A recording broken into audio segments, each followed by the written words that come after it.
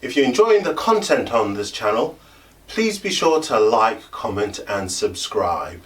It really does help with the YouTube algorithm.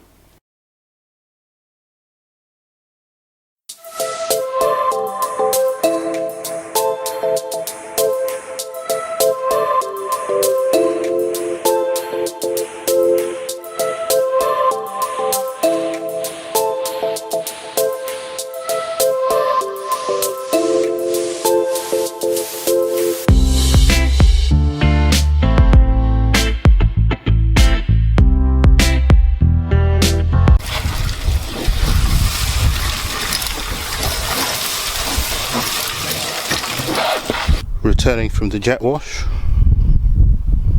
much better, removing all the sand, dirt, gravel.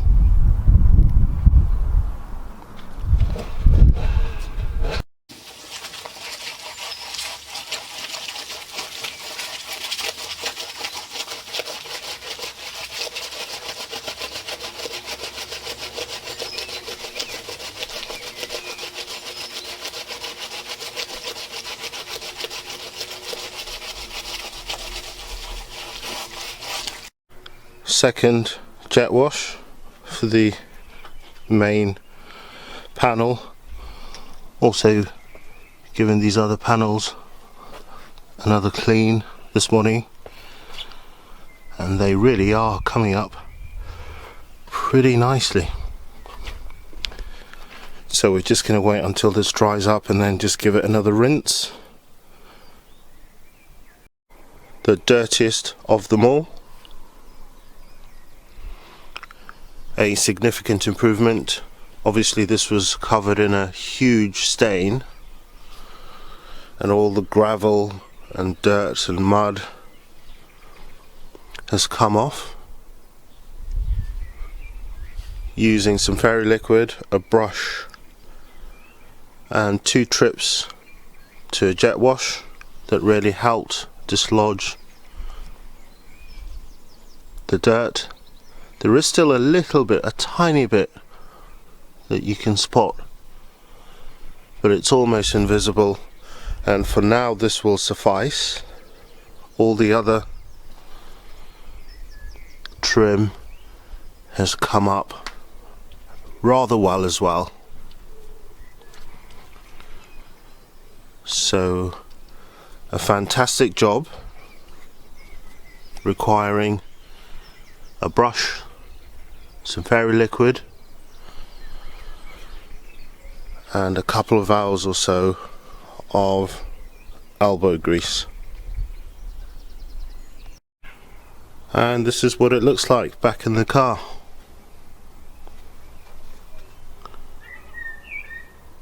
A world of difference compared with the huge stain and gravel, dirt, cement.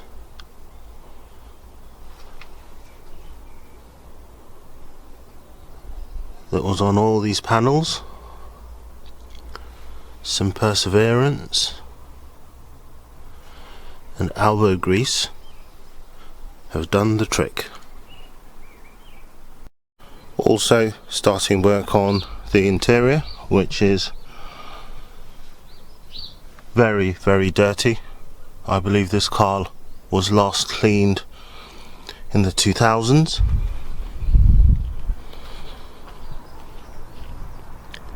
That is the state of all the seating, with damp that has settled and practically ruined the cloth. I'll be looking to take this to a jet wash to see if that removes most of the dirt. I've just removed the bottom seat and taken that to a jet wash because it was that dirty, and that is the result. So the main reason I've removed the seat is because there's loads of dirt that's firmly attached all around the seating area. so there's no way to clean this mess without removing the seat, as that allows for better access.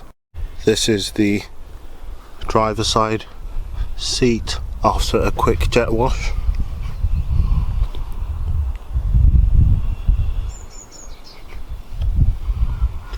Still quite a lot of dirt that's firmly lodged into all the crevices of the material,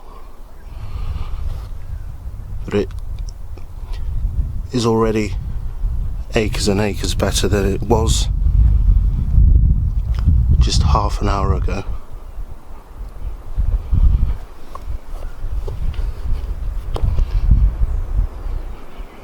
And that is the state of a freshly removed seat compared with this one that I removed and just took to a jet wash yesterday.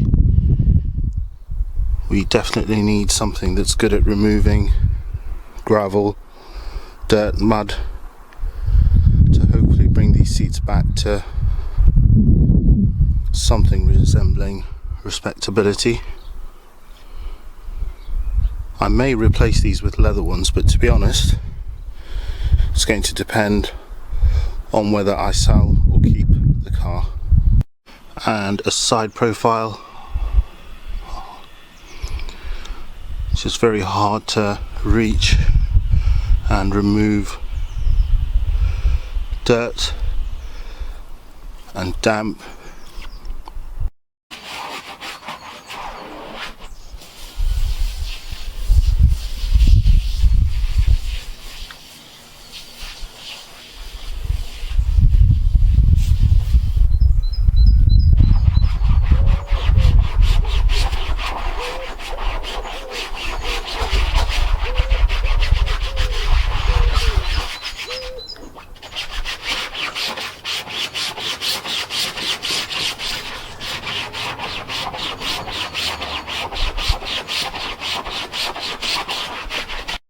After a couple of hours, this is what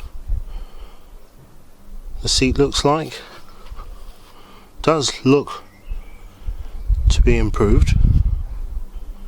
By all accounts, what I'm meant to do is to vacuum it now, but I don't have a vacuum that can deal with water, so I'm probably gonna jet wash this and then leave this outside to dry, but we'll have a look at it again after the jet wash and then obviously see the final result once it has dried up. After the jet wash, I'm not getting the desired results with these seats, so I've resolved to take this to some detailers because I want the interior looking spick and span. To remove the rear seats, all you have to do is just lift the bottom seat there and there on the other side, and this lifts off.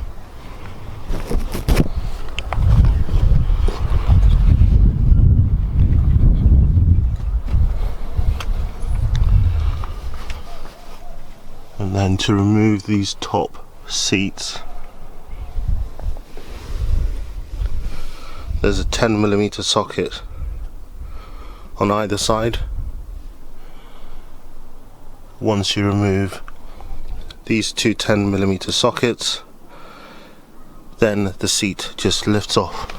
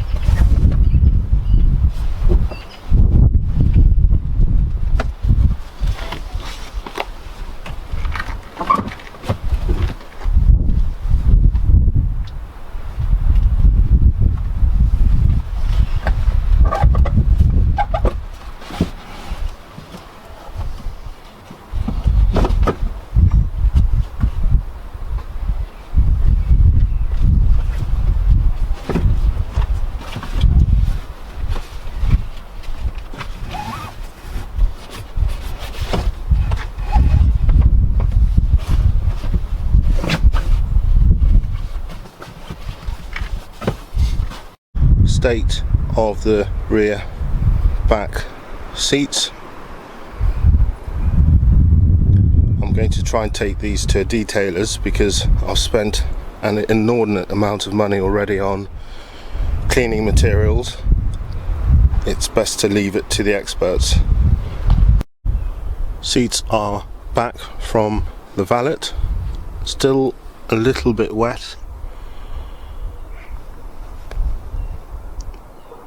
but nice and clean.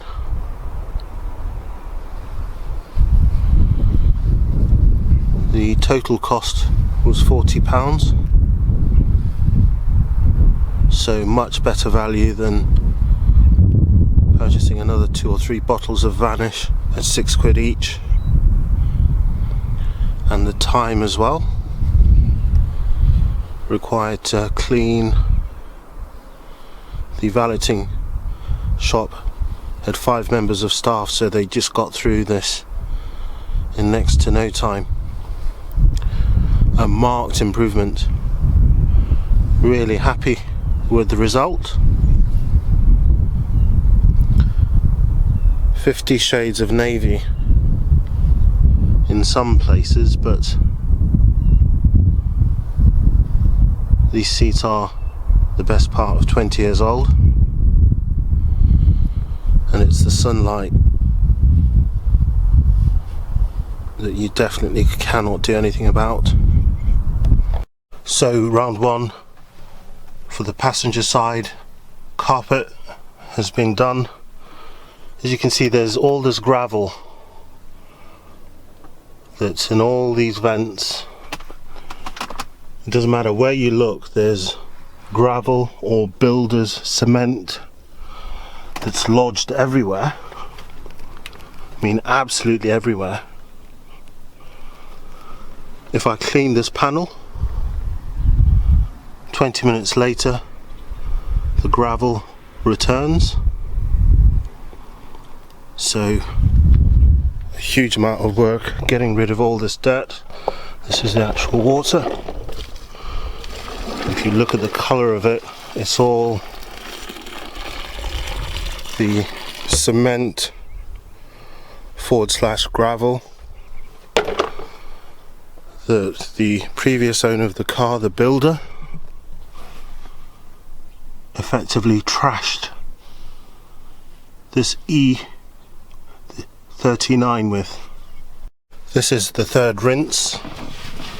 As you can see, this is nothing but gravel. In fact, I'll drop it into here. Still very, very sandy and gravelly. So extremely dirty motor car. I have some post-its should have arrived. It's just after 2 o'clock, but still awaiting DHL and Royal Mail, so I'm going to have to use my brazier.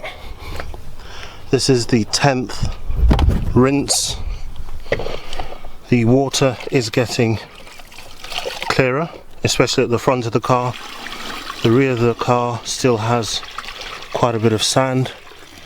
So there we are, the 10th iteration. This is coming along really, really well. The damp smell has been significantly reduced, so I'm pretty certain if I'm back in again tomorrow, another assiduous pursuit should give us the result that the doctor ordered. But for now, we're going to continue cleaning, and hopefully we'll have something to barbecue in 40 or so minutes.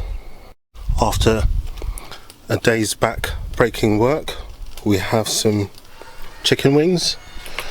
I'd highly recommend you use Mum Taz chicken wings or steak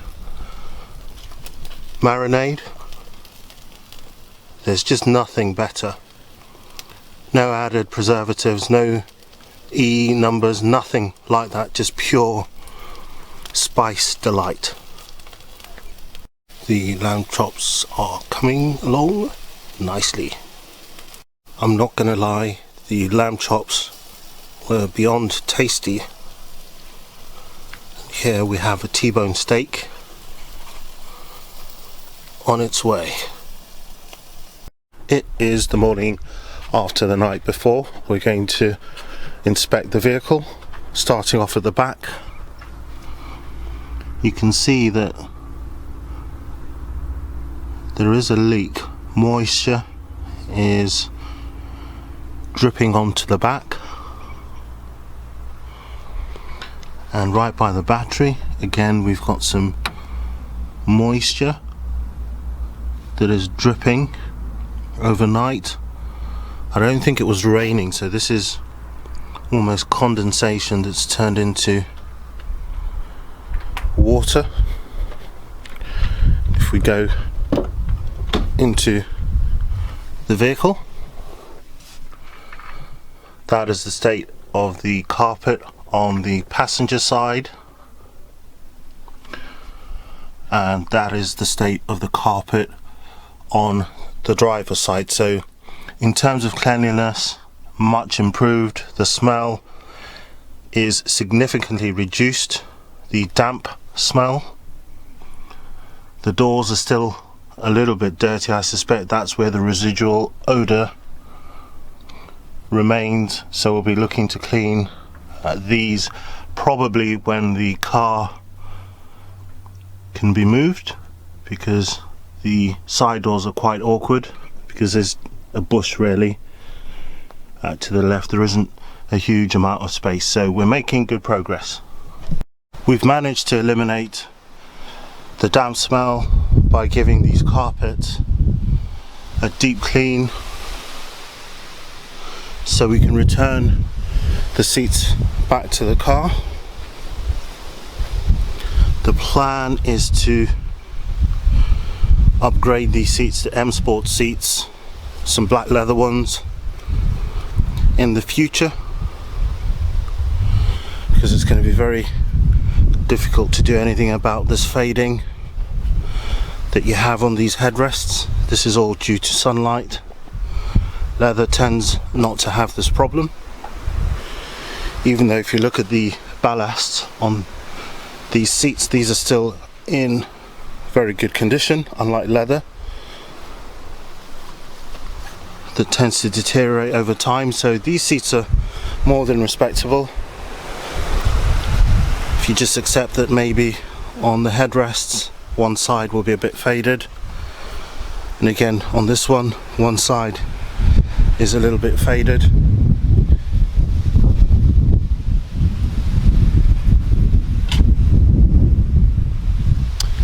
The focus is to get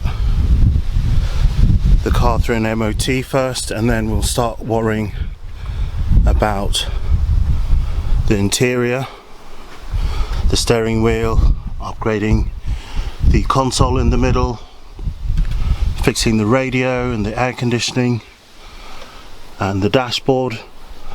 But we need to get the car through an MOT.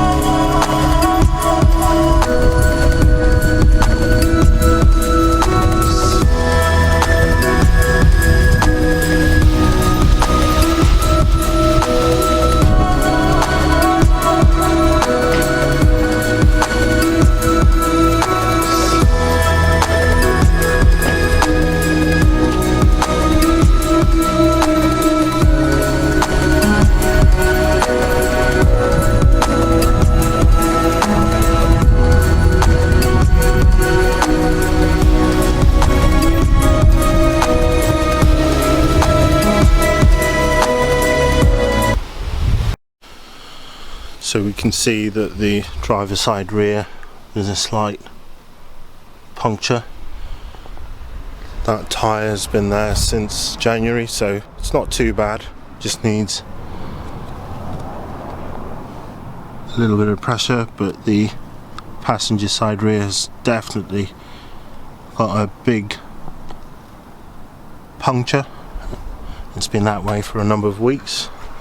One of the tools that I've recently purchased is this low profile trolley jack that makes removing wheels way much easier than one of these.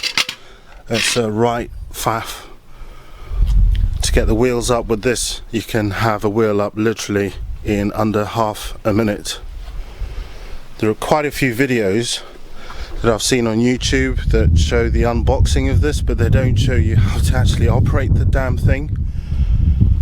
The salient information is that you have this handle here, and if you're trying to jack the car up, you have to rotate this clockwise until it stops, and then to lower the car you turn it anti-clockwise. So at the moment I'm really, as I say, I'm just moving this up and down. Nothing is happening to the jack at all. So what you have to do, as I said, is to rotate this center handle until it stops, which it has done now. That's clockwise. Now it basically, yeah, it works the way you'd expect. And I'm just going up.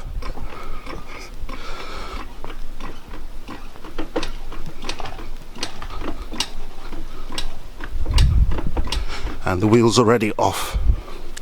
Imagine how much longer it would have taken with one of these style jacks. So a quick look behind, you can see that the wheel is off the ground, and to return the jack to the ground, to the floor, you just turn it anti-clockwise. So there, and the car has just gone down, and you can pull the jack out.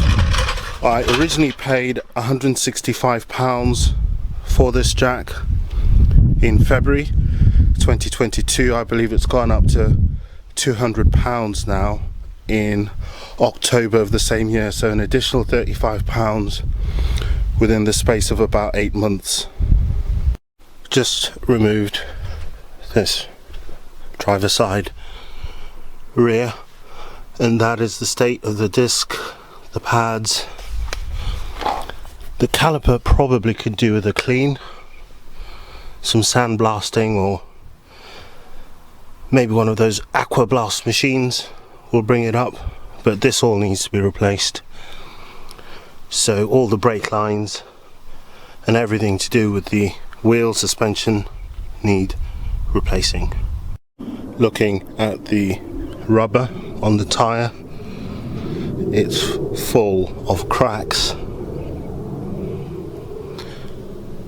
everywhere, and you can see this on all the other tyres as well. So we're just going to replace all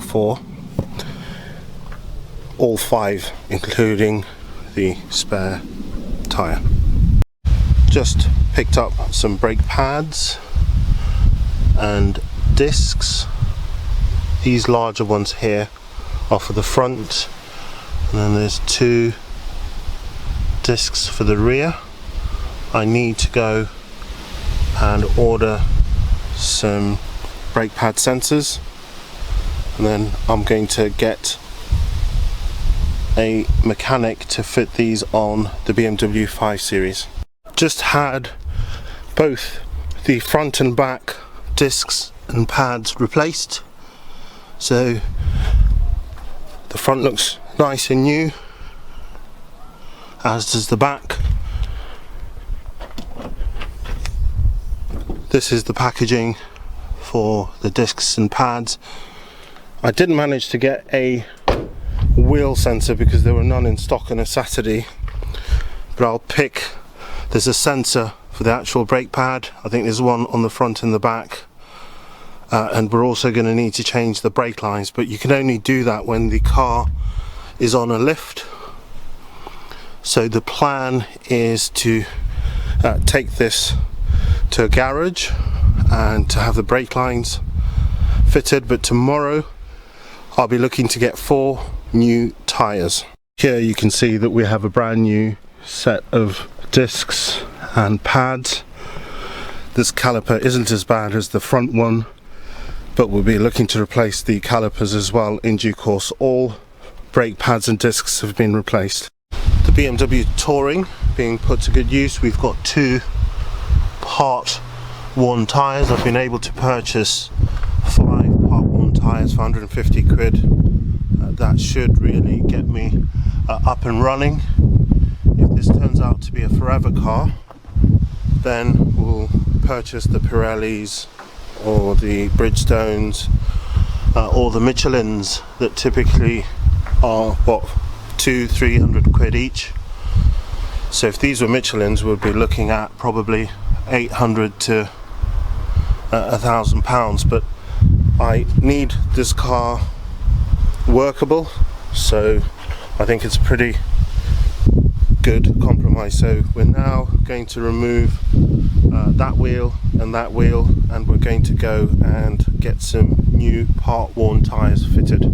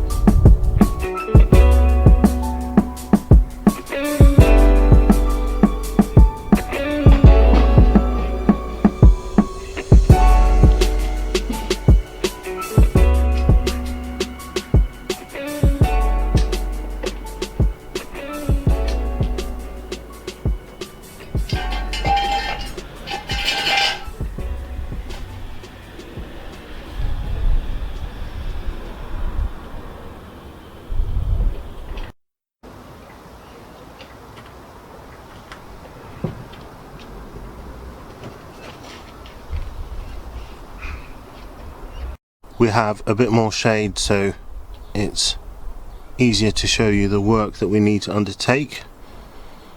First off, we'll be removing the ignition coils or the coil packs to these items here. So there are two screws here.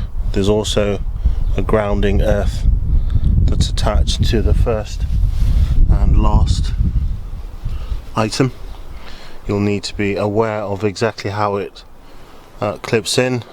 There is a right way and wrong way to clip that. So there are 2 screws that attach each ignition coil, so 12 in total. So these are 10mm sockets. These all need to be removed. Once they're removed, it will be these center screws here. That one, obviously there's a wire attached to that one there, and then that one there. And once those are done, it will be the actual screws around the entire valve cover, all the way around. You need to be very careful that you don't lose any of these. Yeah, it's very easy to drop these screws, so a magnet is invaluable. So that is the task at hand.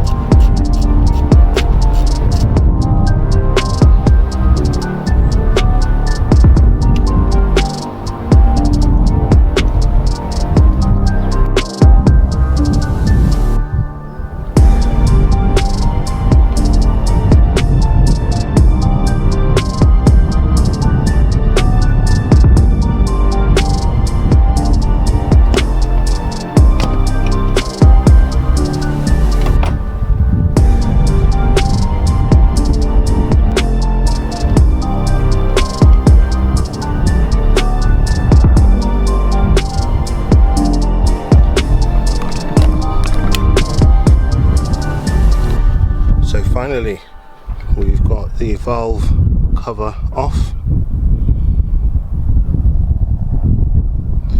and that is what the engine looks like.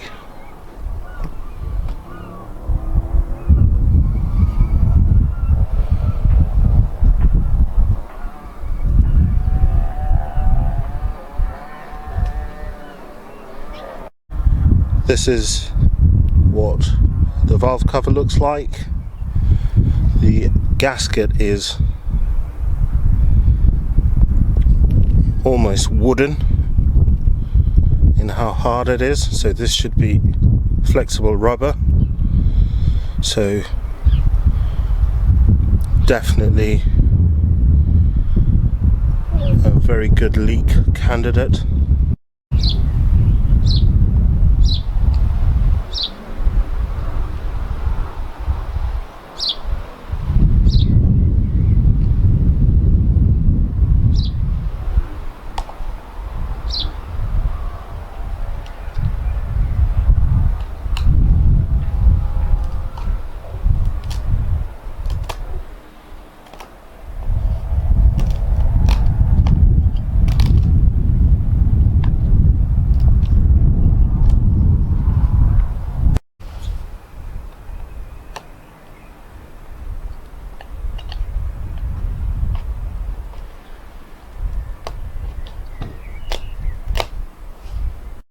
If you're looking to replace a valve cover gasket, I'd recommend that you replace these 3 pins as well. Mine are quite rusted and I really regret not having ordered some replacements, because these house some very important wires and cables and pipes, so it's an opportune moment to replace all 3 of these steel clippers. The valve cover, just before we return it to the car. At the moment I'm still cleaning the area and thought it would be a good time to unpack the new gasket and to allow that to sit in the valve cover for half an hour, rather than pulling it straight from the bag, placing it on the valve cover, then straight into the engine, because it will probably have some turns. So yeah, we're just gonna place the new gasket. This is the old one, and as you can see, it's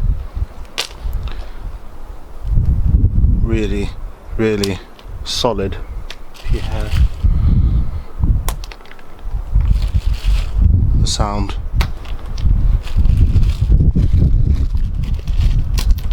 it's solidified over the last 20 years of use.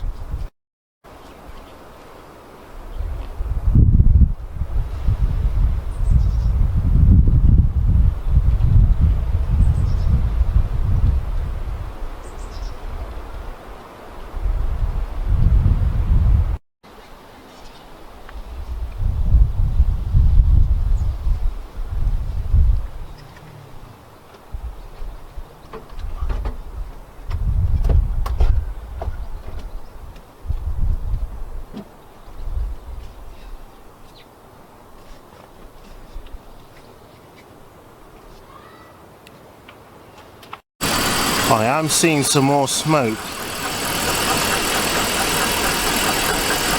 There.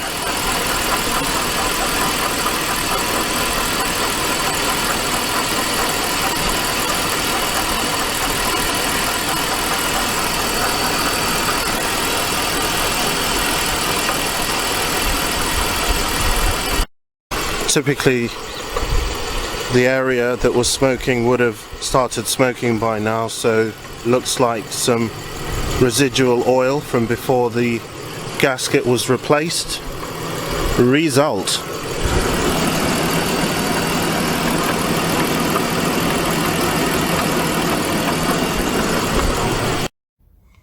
Camshaft Position Sensor A. We have a Camshaft Position Sensor A error code that we're going to address. I've managed to obtain 2 replacement camshaft sensors. There's one on the intake side and there's one on the exhaust side. So this is the intake side, that is the exhaust side. This sensor here is the one for the intake side, and this one here is for the exhaust side. You definitely want to ensure that you get a replacement cable. As you'll see, the one on my car is significantly deteriorated.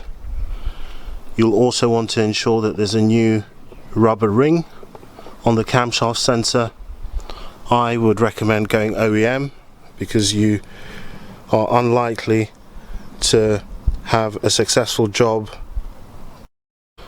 you will also need a 32mm socket to remove the Vanos solenoid. Now, I've spent some time researching how to replace this part, and it can get very complicated because there are a number of ways to do this. I believe the simplest way is going to be by removing this Vanos solenoid. So there are 4 steps. The first is to remove this PCV line here. So you'll need a little screwdriver just to wedge that out. Right behind it here is the connector for the Vanos solenoid, and it's here that you'll apply this spanner to unscrew the solenoid, and right beneath that is the actual camshaft sensor that you'll need to extract using an Allen key. You can actually see that the one on my car, the wire that goes all the way down to where the intake is there, is significantly deteriorated. We'll obviously have a look at it once I've managed to remove it, but this is typically a 3, 4, 5 hour job, because most individuals tend to remove everything on the intake side, making it exceedingly complicated for the rather simple task of replacing a sensor. To disconnect the camshaft sensor, you're going to have to remove the air filter box and the intake hose. I'll just point to where the sensor is. So my thumb there is actually on where you need to access to detach the sensor, so all of this is going to have to come off. I do have some replacement connectors for these hoses because that's a bit warped. So yeah, to remove the air filter box, just 2 steps. You have this 10mm bolt, and there's also this ring. Removing the air filter box requires 2 tools, a 10mm socket wrench and a long screwdriver.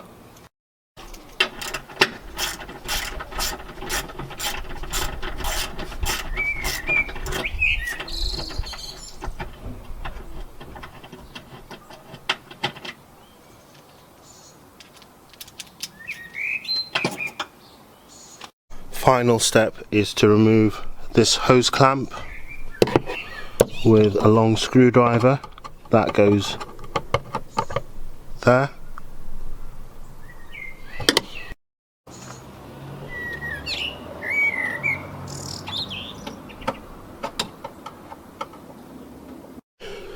There are 2 of these clamps to remove.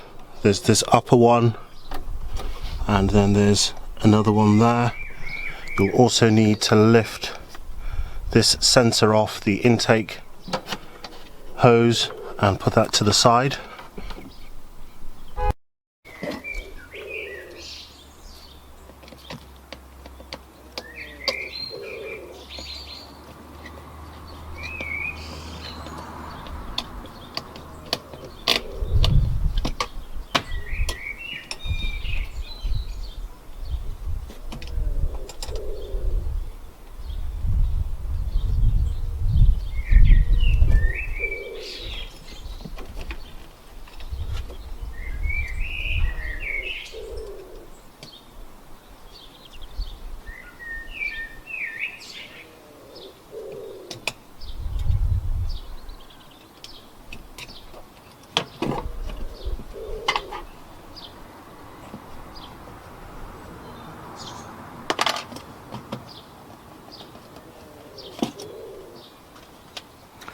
You need to be very careful with the mass airflow sensor.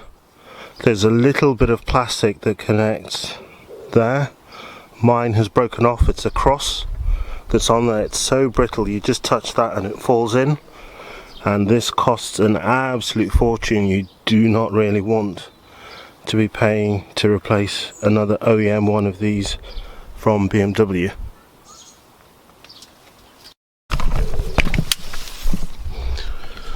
So with this clamp and the other clamp loosened, this should just pull off like that. The air filter box removal has released all this space, so I believe that the camshaft sensor that we need to detach is over here. So we're now going to work on the solenoid end. Next up, we detach the PCV line with a screwdriver.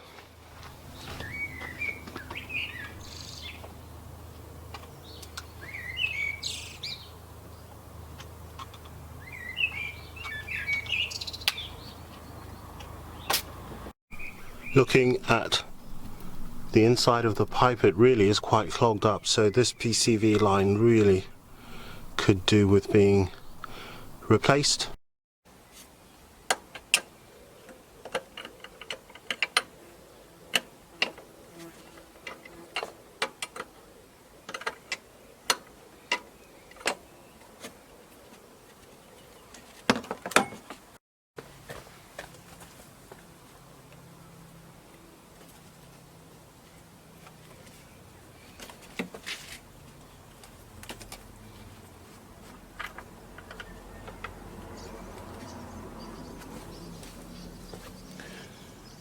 That is the Vanos solenoid that was a walk in the park to remove.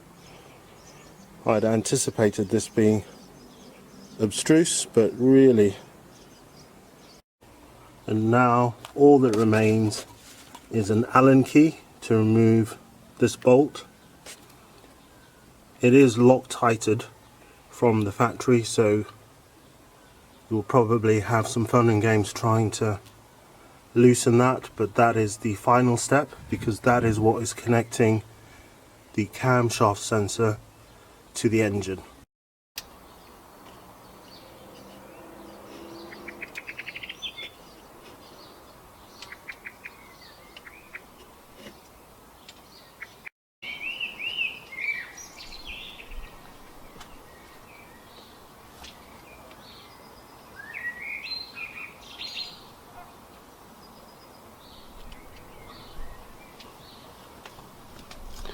So some Loctite on the screw that attaches the camshaft sensor, which is why it's not so easy to remove.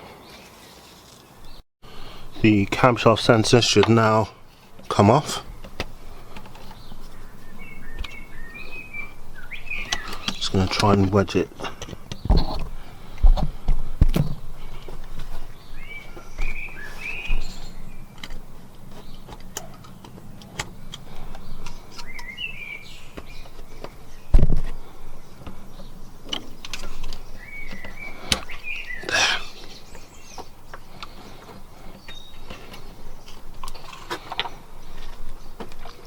So that is the sensor.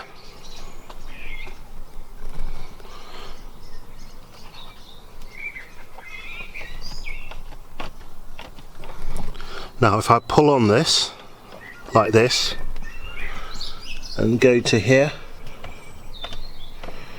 you can actually see that it is this connector here. So if I just remove, it's a bit tricky to do when you're recording, but that comes off.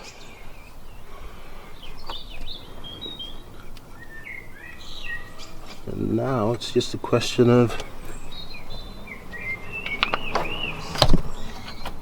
threading it out.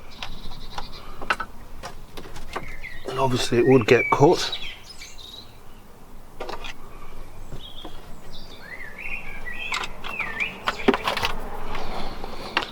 And there we are.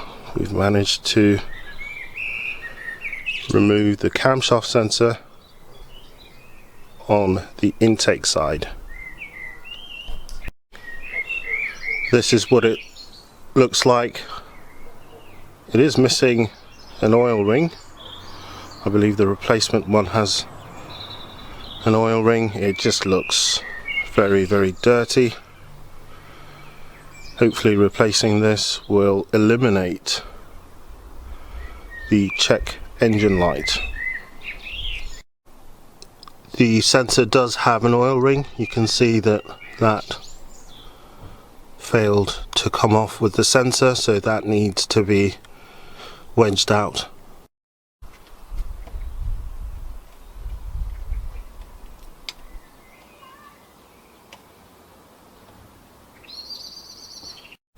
Before you install the new camshaft sensor with a new oil ring, be sure to dab the oil ring in a little bit of oil.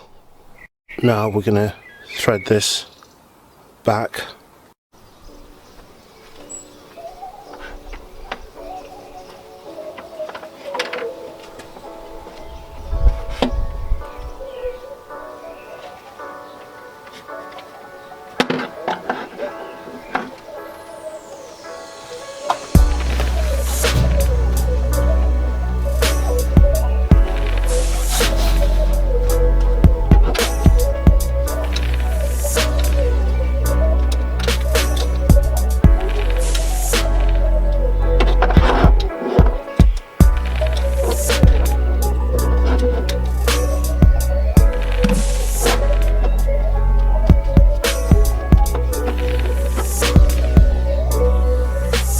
Employing some serious Newtonian mechanics here, also known as gravity.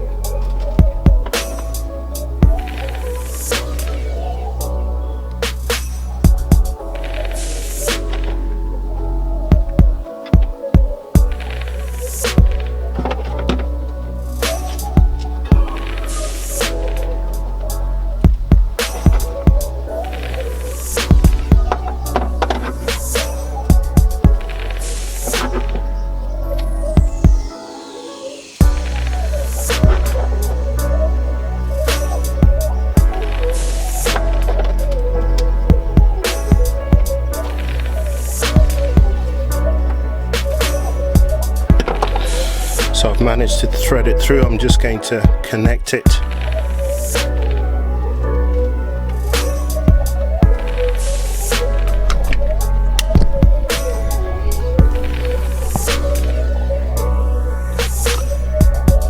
So here is the sensor,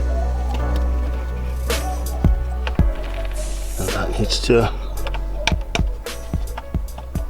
this way or the other way.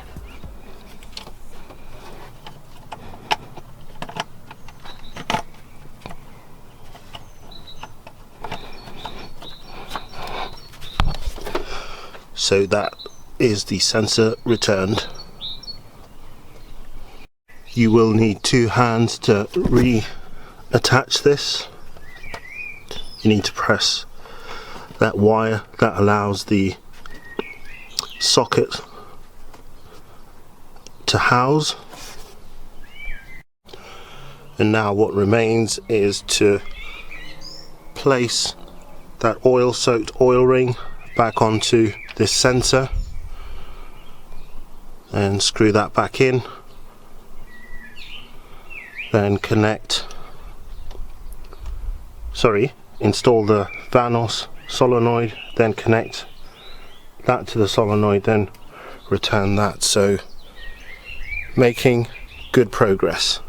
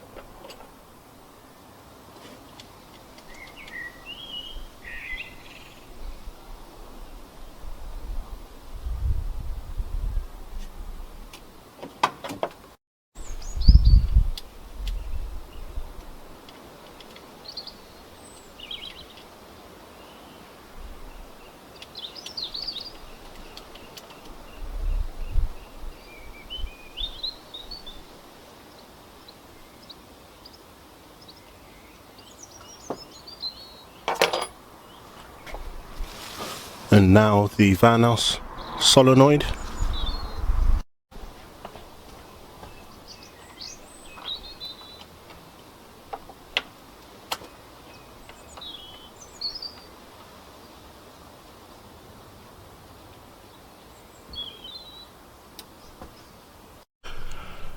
The pipe has basically been just tapped back into place. The connector for the solenoid is also firmly in place.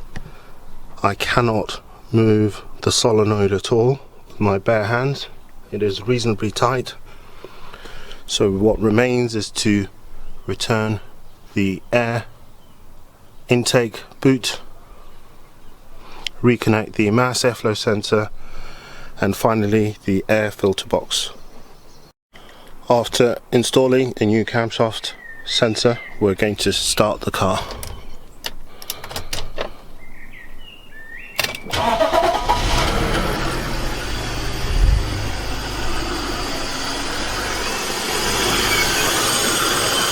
So we have a map cooling thermostat, control signal, circuit high, misfire in cylinder 3, a cylinder 5 misfire as well, and a cylinder 6 misfire. So the camshaft position sensor A issue has gone.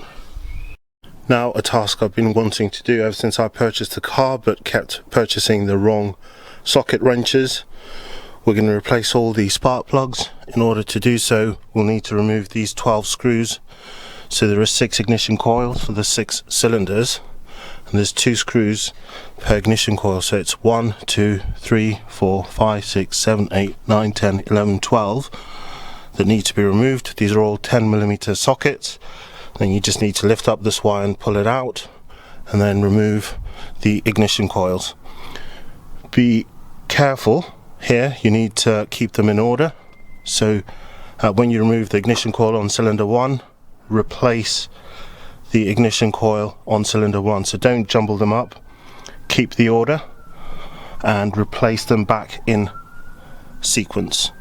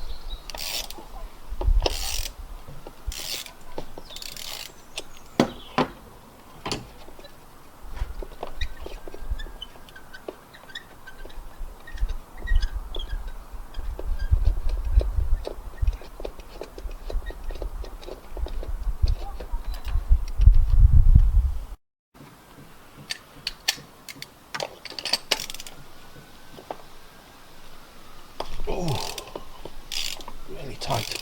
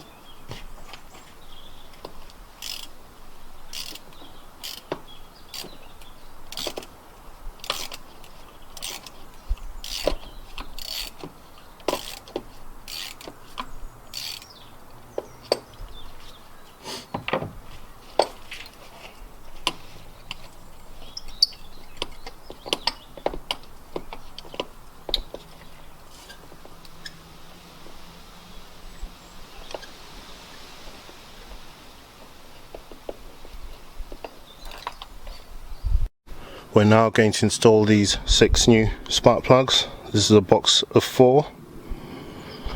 Turn it around this way. These laser platinum NGK spark plugs. So that's 4. And we've got another 2 here.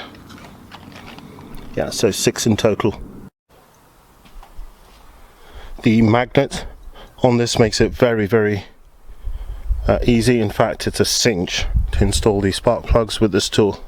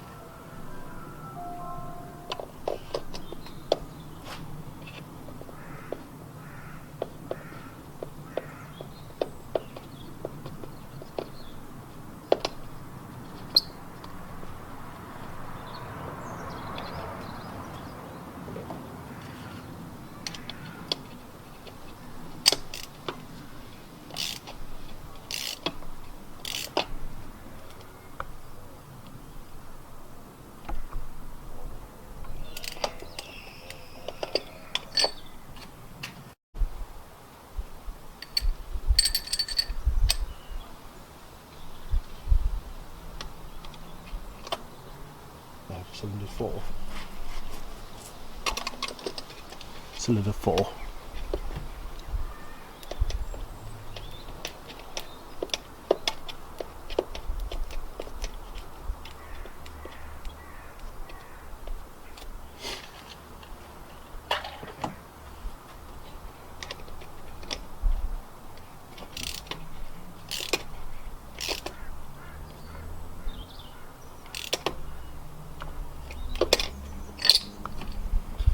Good and tight.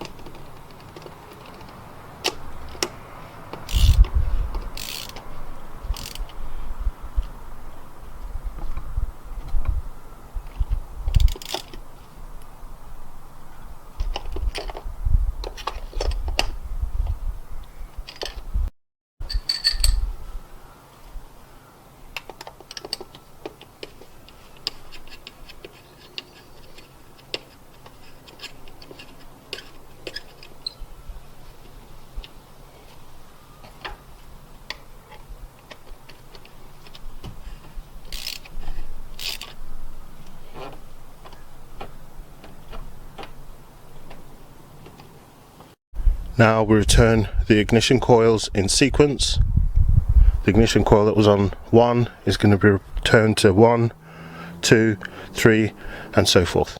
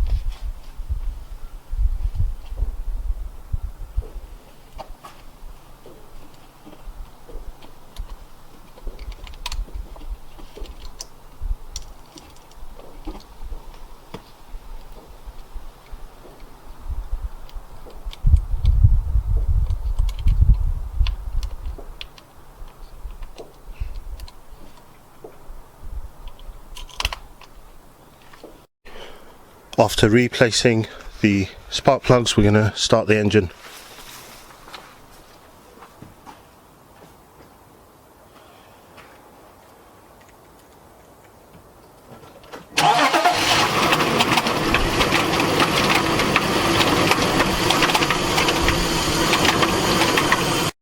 So there's a very bad crunching sound. I've no idea what that could be. So the right hand side headlight is pretty cloudy when you compare it to the left hand side headlight.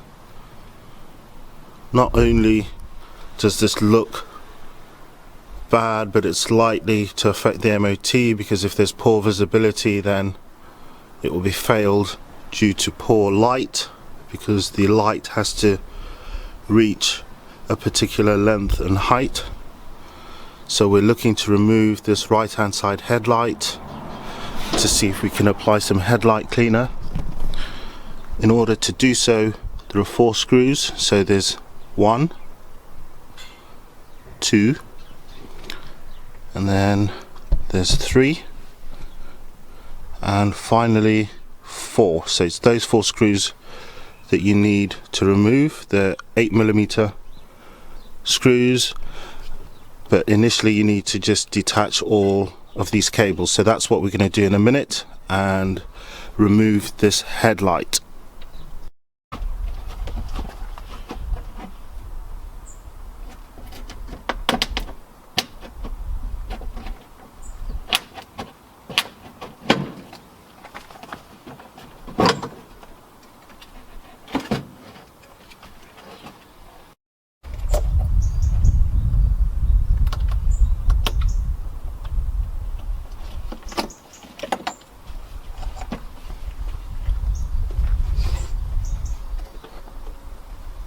So anyway, we're going to fit this headlight back.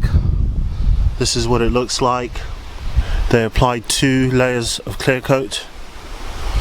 You'll also need to order some parts. There's this top gasket, which is packaged beautifully by BMW. And there's also this rubber seal that goes on this panel here internally. So yeah, if I pull this, there's a seal that goes in there. Now this goes on top of the headlight, and then there's this gasket here that goes all the way around that is severely deteriorated. So we're going to replace the gaskets after giving both this headlight and this area a really good clean.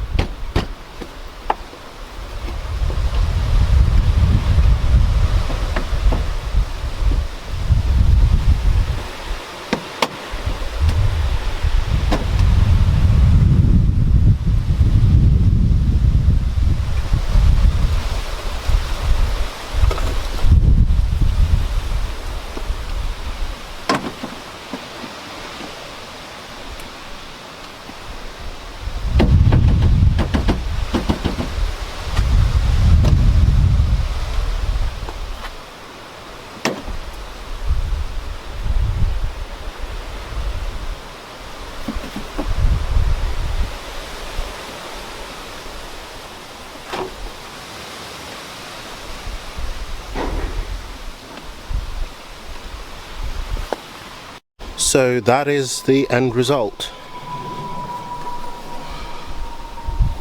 A much improved front for this BMW E39, and with the headlights on,